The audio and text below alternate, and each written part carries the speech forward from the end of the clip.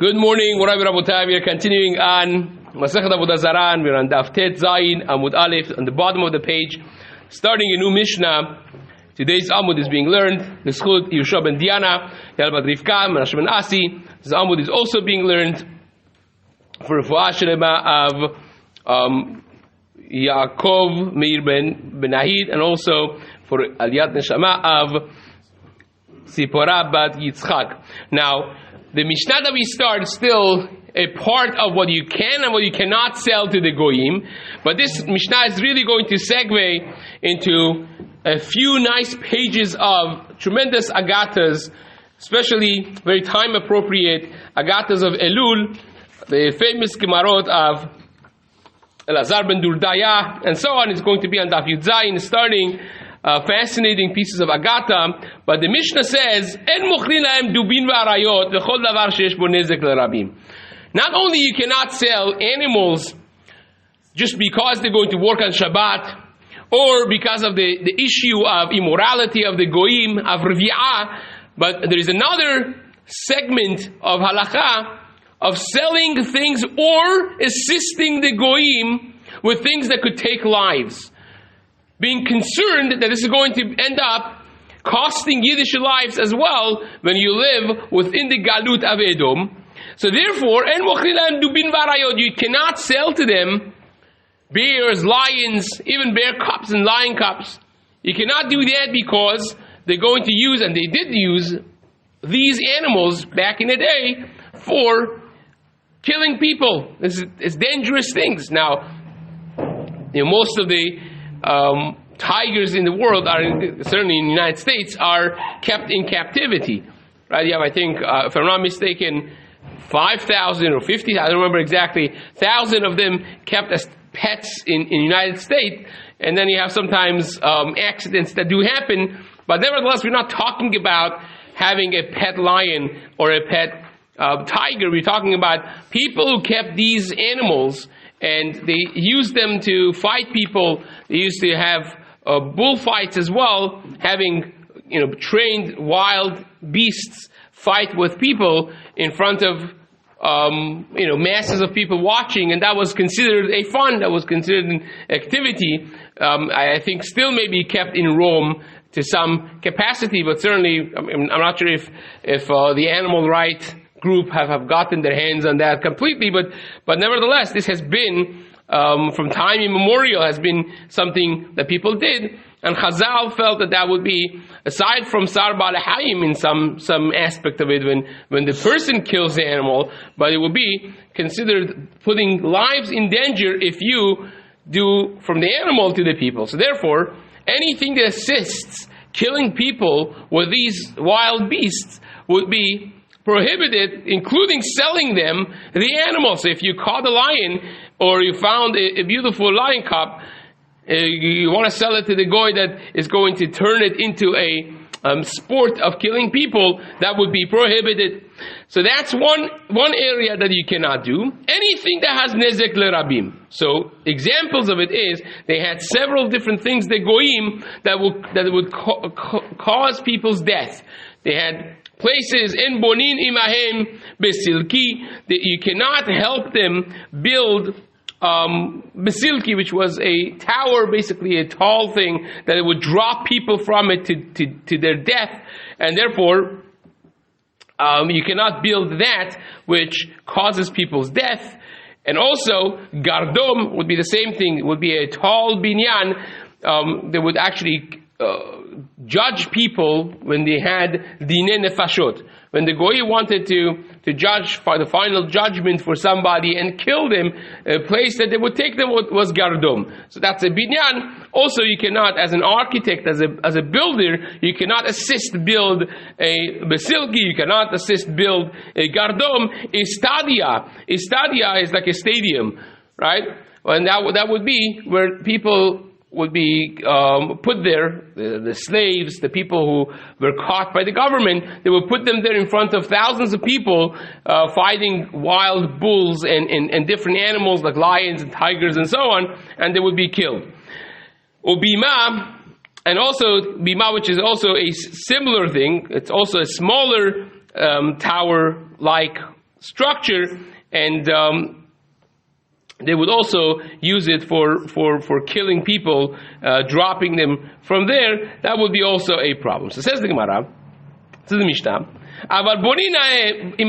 but you could help them in bimosiaot ubet merchatzaot. You could do things that are considered like bimosiaot is a structure of stone that they used to use actually for bringing korbanot on it.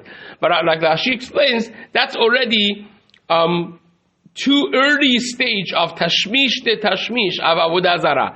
You're not building anything of Avodah Zarah, you're building something that is going to be used as a side thing for the service of Avodah Zarah. It's not a direct service even, and therefore it will be not a problem. And also the merchatzaot, the bathhouses, which they would actually keep their Avodah Zarah in the merchatz, not in the actual structure of the merchatz, but higia lekipa shema'amidim ba'avodat kochavim asur livnot. They had a side structure with the kippah, with the dome, which in it they would keep their Avodah Zarah. So that place that's meyuchad for Avodah Zarah would be asur. So this actually would be like a tshuva of Rav Moshe Feinstein, that somebody asked him whether or not they could. They were like a very large construction company and architecture and so on, and a church had asked them to build their new place, and they wanted to know whether or not they could build the entire structure. So Rav Moshe Feinstein says, yeah, I mean, the side places you could, based on this Mishnah over here. But when you get to the actual sanctuary where they keep the Avodah Zarah and is considered the Bet Avodah Zarah, that you cannot assist. So says the Gemara, Amar Rav Chanin bar Rav Chista, v'amri la Amar Rav Chanan bar Rava. So remember this name, Rav Chanan bar Rava. In the name of Rav, Chaya gasa harehi kebe'ema daka. A large, wild, kosher animal, right? Like a deer, Chaya gasa. It would be like a behema daka when it comes to the halachot of terefot, which is not really our sugya over here, but we'll explain it in short language. So says the Gemara, the pirkus avalo lemechira. What's pirkus? Pirkus means shaking that the animal does after it's shechted, right? So what does that mean exactly? You cannot shecht an animal that's not considered halachically alive. What's considered halachically alive? It has to be healthy enough that when it's shechted, it makes some movement. If you shecht an animal and it just sits there, not moving at all, that's considered an animal that halachically was dead already before shchita is tarif, is nevela, it's not kasher, right? So what is considered movement, which shows a minimal amount of health level that would render it kosher? So it depends what animal it is. This is Hilchot Terefah again. If you have a small animal that they're not so heavy, their limbs are not so heavy, they have to at least let go and then bring it back. It has to be 2 movements at least of their leg, their hand. But when you have a cow, 1,500 pounds, so then the limbs are much heavier, and one letting go, just stretching their leg, that would be considered already pirkus. That's enough of a movement that would be, say, okay, fine, this was healthy. The fact that it didn't bring it back is not considered unhealthy. It's just because it's too heavy and doesn't have that energy. It's not because it's unhealthy. So that's the difference between be'ema daka and be'ema gasa. So if you shecht a sheep, a goat, they have to make at least 2 movements. Let go and bring it back. That's considered the minimum pirkus. Now, usually it's much more than that. Usually you see them like kick, which does not indicate any pain. We spoke about this when in Switzerland and other places in America, even when they wanted to ban shchita, they actually tested this to see if it has any pain for the animal, and they realized that there's 0 pain because the brain is completely shut down. It's just the reflex of a healthy body versus the way that they do the shechita with the gun, shooting a piece of metal rod inside the brain, paralyzing the body, actually had the most amount of pain because it just paralyzed, but he feels all the other feelings of pain. The fact that it does not move at all is just because it's completely paralyzed based on the place in the brain that they damaged with that shot that they do. But that's a different story for a different time. We spoke about this already at length before. But nevertheless, that's the halachot of pirkus. You have a small animal, it has to do 2 movements, a large animal, 1 movement. So says the Gemara, in the name of Rav, Chaya gasaru ki b'madaka lepirkus. When you have a chaya, a wild kosher beast, their movements are much more strong than a regular behema gasa. You have a deer; they're much faster and stronger in their movements than a cow because they're not as heavy. So even though that they're larger, you expect them for the minimum health to at least do 2 movements. So if you shachted a chaya gasa and they just opened their hand and made no other movement, that's tarif. That would be like a behema daka. That's only for pirkus.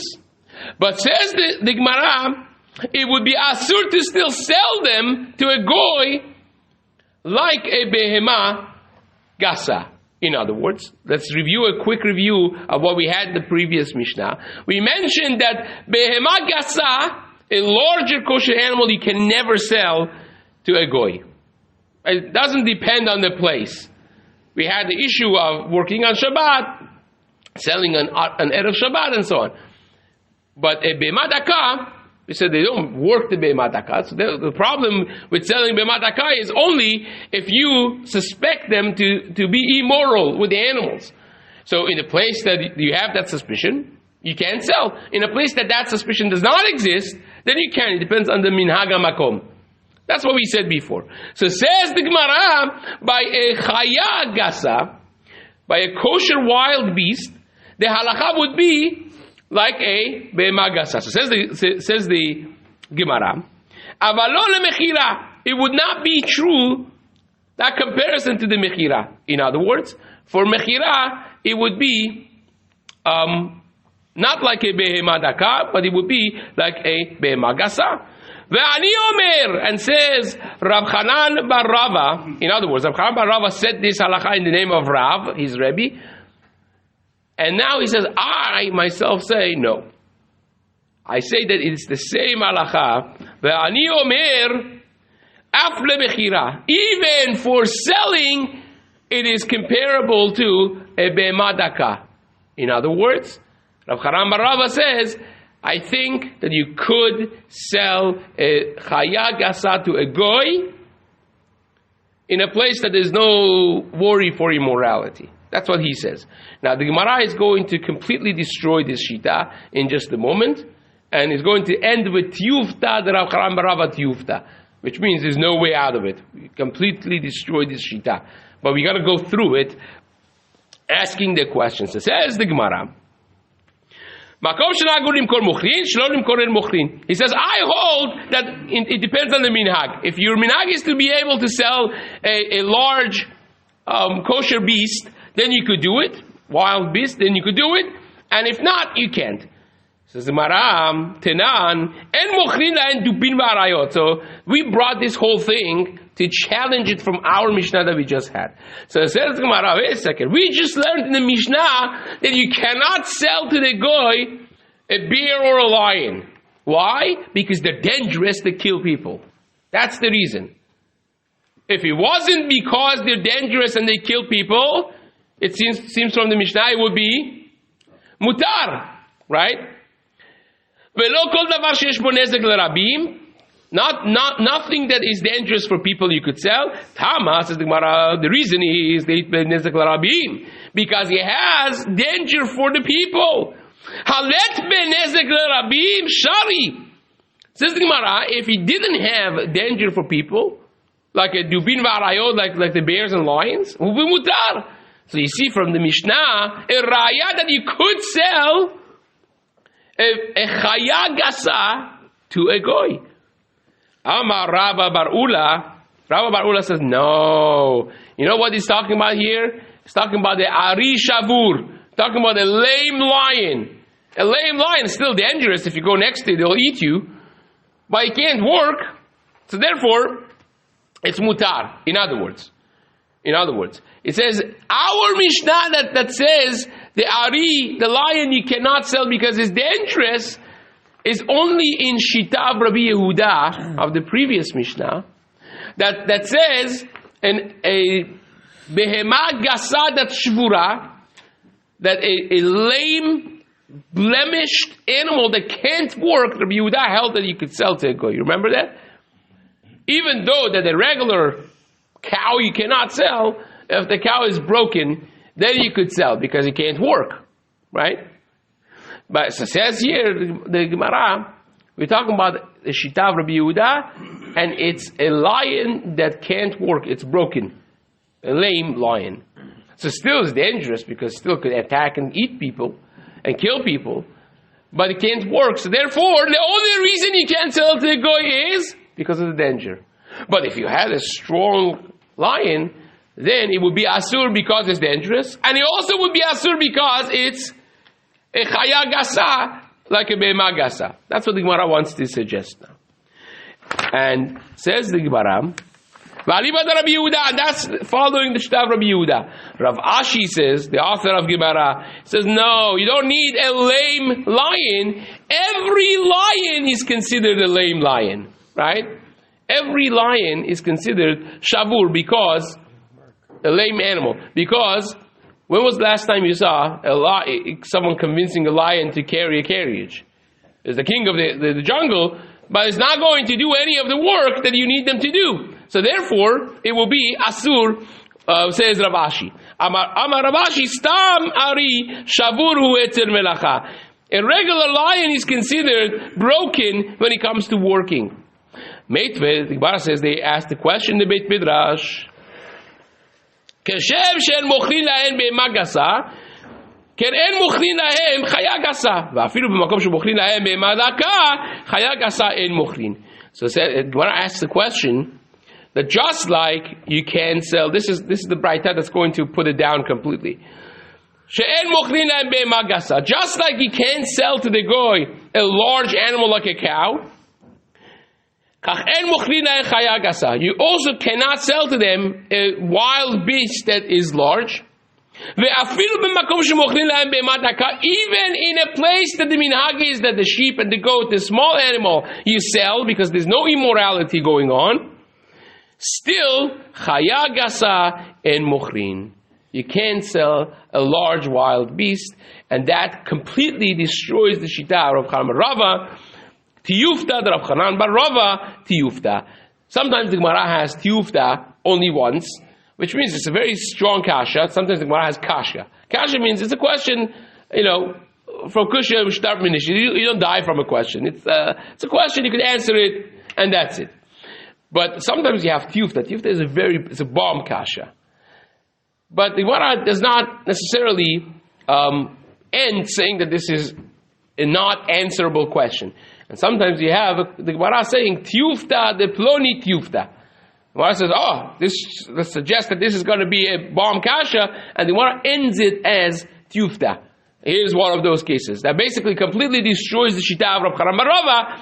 Tiyufta de Rav Chanan bar Rava, tiyufta. The Gemara basically puts that down. So now we have so far the maskara of the Gemara that just like you cannot sell a behema gasa to a goy, you also cannot sell a chaya gasa, a large animal, to a goy. And Be'ezrat Hashem will continue this in the days to come. Hazak u'baruch.